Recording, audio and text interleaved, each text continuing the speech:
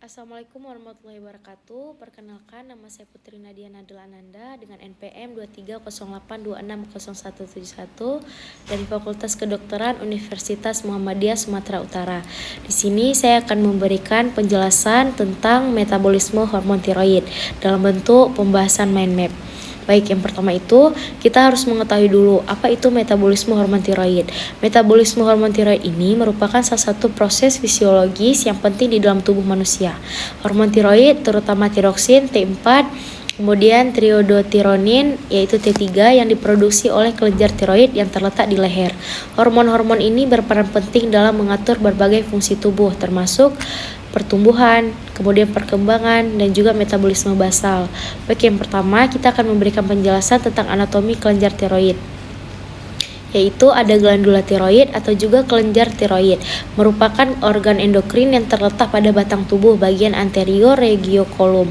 Glandula tiroid ini terletak inferior dari cartilago thyroidea, posterior dari musculus thyroideus dan juga musculus sternoid. Kemudian dengan setinggi C5 sampai dengan T1. Sedangkan isthmus kelenjar tiroid terletak setinggi annulus trachealis 2 dan 3. Kelenjar ini dilekatkan pada trakea oleh ligamentum suspensorium lateral atau bisa disebut Barry ligament.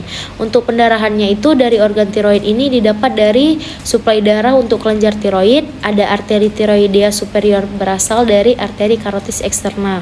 Kemudian arteri tiroidea inferior itu berasal dari truncus cervicalis yang keluar dari arteri subclavia. Kemudian ada arteri tiroidea ima pada 10% individu. Kemudian ini berasal dari truncus brachiocephalica. Kemudian untuk aliran balik kelenjar tiroidnya itu ada vena tiroidea superior menuju vena jugularis interna. Kemudian vena tiroidea media itu menuju vena jugularis interna.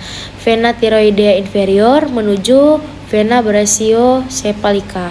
Inervasi kelenjar tiroid ini berasal dari ganglia simpatika, cervicalis superior, media dan juga inferior. Nervus ini mencapai kelenjar tiroid melalui plexus cardiaca dan plexus periaterial tiroidea superior dan inferior.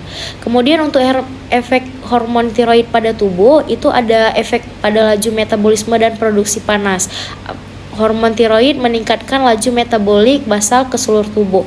Hormon ini adalah regulator terpenting laju konsumsi O2 dan pengeluaran energi tubuh pada keadaan istirahat. Sering disebut sebagai efek kalorigenik atau penghasil panas, yang berkaitan erat dengan efek metabolik hormon ini secara keseluruhan. Peningkatan aktivitas metabolik itu dapat menyebabkan peningkatan produksi panas. Kemudian ada juga efek simpatomimetik. Setiap efek yang serupa dengan yang ditimbulkan oleh sistem saraf simpatis itu dikenal sebagai efek simpatomimetik atau menyerupai simpatis. Kemudian hormon tiroid itu meningkat responsivitas sel sasaran terhadap katekolamin atau epinefrin dan norepinefrin yang digunakan oleh sistem saraf simpatis, seperti peningkatan metabolisme basal, denyut jantung, kemudian ada kontraktilitas jantung, lipolisis, dan juga motilitas gastrointestinal. Kemudian ada efek pada sistem kardiovaskular. Melalui efeknya itu dalam meningkatkan kepekaan jantung terhadap katekolamin, hormon tiroid ini berperan dalam meningkatkan kecepatan jantung dan kekuatan kontraksi sehingga curah jantung itu meningkat. Kemudian ada efek pada pertumbuhan dan sistem saraf. Hormon tiroid esensial bagi pertumbuhan normal karena efek pada hormon pertumbuhan atau juga kita bisa sebut growth hormone dan IGF-1 atau insulin like growth factor 1 dalam merangsang sekresi growth hormone dan meningkatkan produksi IGF-1 oleh hepar. Tetapi juga itu mendorong efek growth hormone dan IGF-1 pada sintesis protein struktural baru dan pada pertumbuhan tulang. Hormon tiroid juga esensial untuk aktivitas normal SSP pada orang dewasa. Kemudian kita lanjut, ada sintesis hormon tiroid. Tiroglobulin yang mengandung tirosin yang dihasilkan di dalam sel folikel tiroid oleh kompleks Golgi retikulum endoplasma itu diangkut ke dalam koloid melalui proses fagositosis.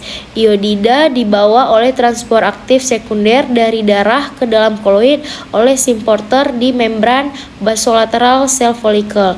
Kemudian di dalam sel folikel iodida dioksidasi ke bentuk aktif oleh enzim tiroperoksidase di membran luminal. Iodida aktif keluar sel melalui saluran luminal untuk memasuki koloid. Dengan dikatalisis oleh tiroperoksidase ini, perlekatan suatu iodida ke tiroksin di dalam molekul tiroglobulin menghasilkan monoidotirosin atau MIT. Perlekatan dari dua iodida ke tirosin ini menghasilkan diiodotirosin atau DIT. Penggabungan suatu monoiodotirosin ini dengan satu diiodotirosin itu menghasilkan T3. Penggabungan dua diodotirosin ini menghasilkan tetraioditoronin dan juga tiroksin atau T4. Pada stimulasi yang membuat T3 dan T4 ini bekerja, hormon ini akan dibawa koloid menuju sel folikular melalui proses fagositosis. Lisosom itu di bagian plasma folikular akan memecah antara MIT dan DIT ataupun T3 dan T4. T3 dan T4 ini berdifusi ke dalam darah melalui proses sekresi. MIT dan DIT yang telah terfagositosis itu akan mengalami deodinasi dan iodida yang bebas akan didaur ulang untuk membentuk hormon-hormon baru. Semua produk hormon yang telah disintesis akan tetap melekat ke tiroglobulin melalui ikatan peptida yang tersimpan di koloid hingga terurai dan disekresikan. Kemudian ada juga fisiologi dari hormon tiroid ini.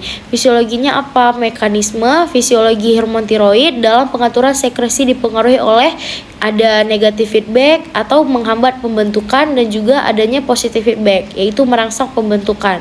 Seperti di dalam sekresi diurnaritem dan reaksi kedinginan.